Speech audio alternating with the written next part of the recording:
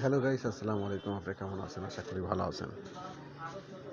এটা হচ্ছে ওই আটা, যেমন হচ্ছে চালের গুঁড়া হয়, চালের আটা বলেন আর গুঁড়াই বলেন না কেন। এখানে এই চালের গুঁড়া বিক্রি হয়। দেখেন, প্রথম ঢেঁকিতে পাড় দিয়ে তারপরে সেই ঢেঁকির ওই চালুন দিয়ে আবার চেলে আবার সুন্দর করে মিহিন যেটা সেটা বাই করে আবার হচ্ছে এটা ঢেঁকিতে দিতে হয়। এগুলো সুন্দরভাবে নিখুঁতভাবে কাজ করে তারপরে বাজারজাত করা হয়।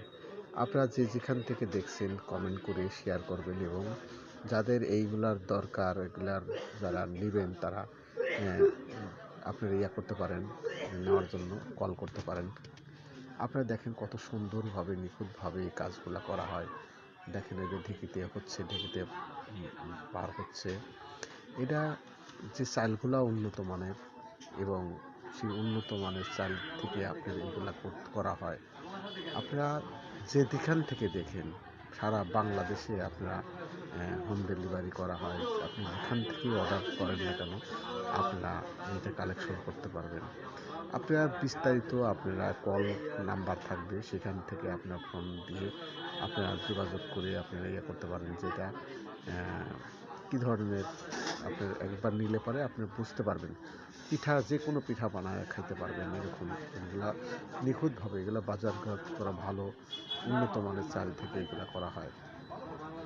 এটা কোনো রকম আপনার হচ্ছে যেগুলার আসলে কেমিক্যাল মুক্ত যে চালগুলা, সেই চালগুলাই এখান থেকে আনা হয়, বাজারজাত করা হয়। সেখান থেকে আপনি সব ধরনের, যেমন ভাতের জন্য যে চালটা, সে চালেও আপনি এটা আগের ভিডিওতে দিছি, এই ভিডিওতেও আপনি দেখতে পারবেন। দেখেন, এটা হচ্ছে ধান, যে আউশ ধান, আমন ধান, এরকম উন্নত মানের যে ধানগুলো আছে, কেমিক্যাল মুক্ত যে ধানগুলো, সেই ধান থেকে এই চালগুলো হয়।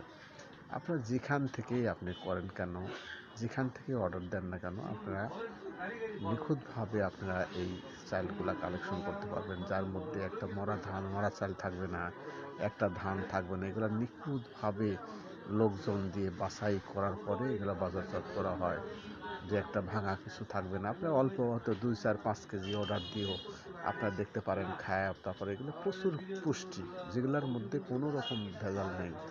যাদের ডায়াবেটিস, যাদের হার্টের সমস্যা, যাদের কিডনিতে সমস্যা, যে কোনো অসুস্থতায় ভুগতেছেন, আপনাদের পুষ্টি দরকার।